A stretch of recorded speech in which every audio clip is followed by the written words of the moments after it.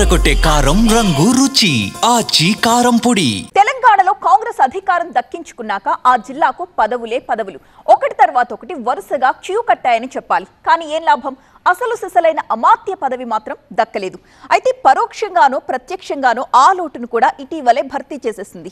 మరి ఒకే చోట అంతమంది కీలక నాయకుల మధ్య పరిస్థితులు ఎలా ఉండబోతున్నాయి అన్నదే ఇప్పుడు పొలిటికల్ గా చర్చనీయాంశమవుతోంది.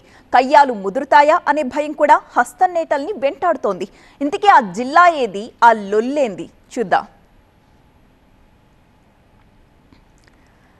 ఏపీలో జిల్లా పునర్విభజన అంశం ఇప్పుడు రాజకీయంగా హాట్ టాపిక్ గా మారింది. అయితే చాలా చోట్ల ఈ ఇష్యూ నాయకుల్ని ఇరకాటంలో పెట్టేలా కనిపిస్తోంది. మరీ ముఖ్యంగా ఆ ఎమ్మెల్యేకి రాజకీయంగా పెద్ద సంకటం అయ్యేలాగే కనిపిస్తోంది.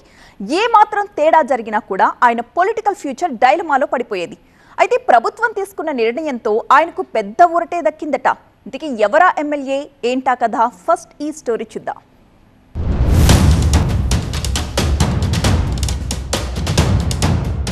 గూడూరు ఇక నెల్లూరుదేనా? ఎమ్మెల్యేకి పొలిటికల్ గండం గడిచినట్టేనా?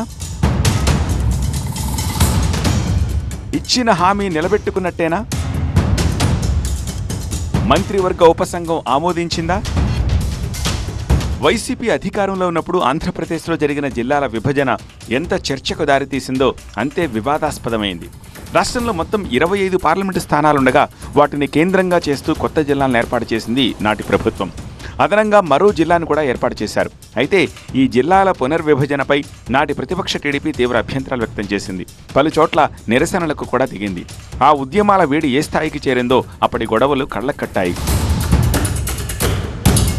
అయితే ప్రధానంగా ఉమ్మడి నెల్లూరు జిల్లాపై అప్పట్లో అధికారులు ఇచ్చిన నివేదిక జిల్లా విభజన జరిగిన తీరు చాలా అభ్యంతరాలనే సృష్టించాయి. నెల్లూరు జిల్లా కేంద్రానికి సంబంధం లేదన్నట్టుగా దూరంగా ఉండే కందుకూరును ప్రకాశం జిల్లా నుంచి నెల్లూరు జిల్లాలో చేర్చడం, నెల్లూరు చుట్టూ ఆనుకుని ఉండే సర్వేపల్లి నియోజకవర్గం విషయంలో తీసుకున్న మరో నిర్ణయం పెద్ద రచ్చకే కారణమైంది. వైసీపీ ప్రభుత్వ నిర్ణయంపై నాటి ప్రతిపక్ష టీడీపీ తీవ్ర ఆగ్రహం వ్యక్తం చేసింది.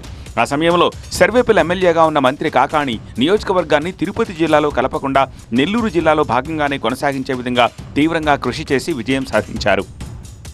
సర్వేపల్లి సాధించారు కానీ దానికి ఆనుకుని ఉన్న గూడూరు నియోజకవర్గాన్ని మాత్రం తిరుపతి జిల్లాలో కలపకుండా ఆపలేకపోయారు నాటి వైసీపీ నేతలు. నాడు గూడూరులో ప్రతిపక్ష టీడీపీ ఇన్ఛార్జిగా ఉన్న ప్రస్తుత ఎమ్మెల్యే పాశం సునీల్ కుమార్ తీవ్రస్థాయిలో అభ్యంతరం వ్యక్తం చేశారు. వైసీపీ ప్రభుత్వ నిర్ణయానికి పెద్ద పోరాటమే చేశారు. గూడూరుని నెల్లూరు జిల్లాలో భాగంగానే కొనసాగించాలంటూ పట్టుబట్టారు. కానీ వైసీపీ ప్రభుత్వం గూడూరును తిరుపతి జిల్లాలో చేర్చుతూ ఉత్తర్వులు జారీ చేసింది. ఇదే అంశం ఎన్నికల్లో ప్రచారాస్త్రంగా వాడుకున్నారు పాశం సునీల్ కుమార్. టీడీపీ అధికారంలోకి వస్తే ఖచ్చితంగా గూడూరును మళ్లీ నెల్లూరు జిల్లాలోనే భాగంగా చేస్తానంటూ హామీ ఇచ్చారు. ఈ హామీ ఎంతవరకు పనిచేస్తుందో తెలియదు కానీ ఆయన ఎమ్మెల్యేగా విజయం సాధించారు. రాష్ట్రంలోనూ ఎన్డీఏ కూటమి భారీ మెజారిటీతో అధికారం చేపట్టింది. ఎన్నికల సమయంలో చాలా చోట్ల ఇదే తరహాలో జిల్లా పునర్విభజనపై కూటమి నేతలు హామీ ఇచ్చి ఉండడంతో కొత్తగా వచ్చిన ప్రభుత్వం కూడా దానిపై దృష్టి పెట్టింది. వైసీపీ హయాంలో ఏర్పాటైన జిల్లాలపై స్టడీ చేసేందుకు, మార్పులు చేర్పులు సూచించేందుకు మంత్రివర్గ ఉపసంఘాన్ని ఏర్పాటు చేసింది. అయితే ఎన్నికల సమయంలో గూడూరు ప్రజలకు తానిచ్చిన హామీని ప్రభుత్వ పెద్దల ముందు, మంత్రివర్గ ఉపసంఘం ముందు ఉంచారు ఎమ్మెల్యే సునీల్ కుమార్. అంతేకాదు గూడూరును తిరుపతి జిల్లాలో చేర్చడం వల్ల జరుగుతోన్న నష్టాన్ని, ఎదురవుతోన్న ఇబ్బందుల్ని వివరించారు. ఉమ్మడి నెల్లూరు జిల్లాలోని కృష్ణపట్నం సగభాగం గూడూరులో ఉండగా మిగతా సగం నెల్లూరు జిల్లాలోకి వస్తుంది.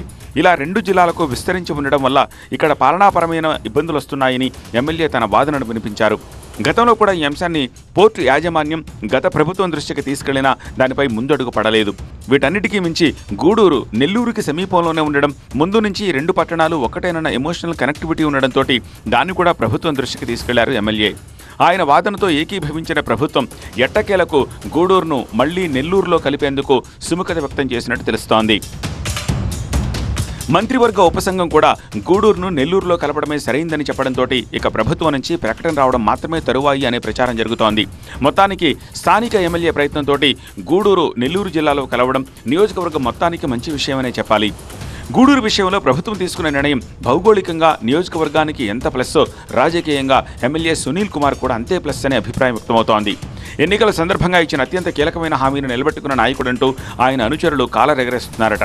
మరి ప్రభుత్వం తీసుకునే నిర్ణయం ఆయన పొలిటికల్ ఫ్యూచర్కు మరింత బలమైన పునాది వేస్తుందో లేదో చూడాలి.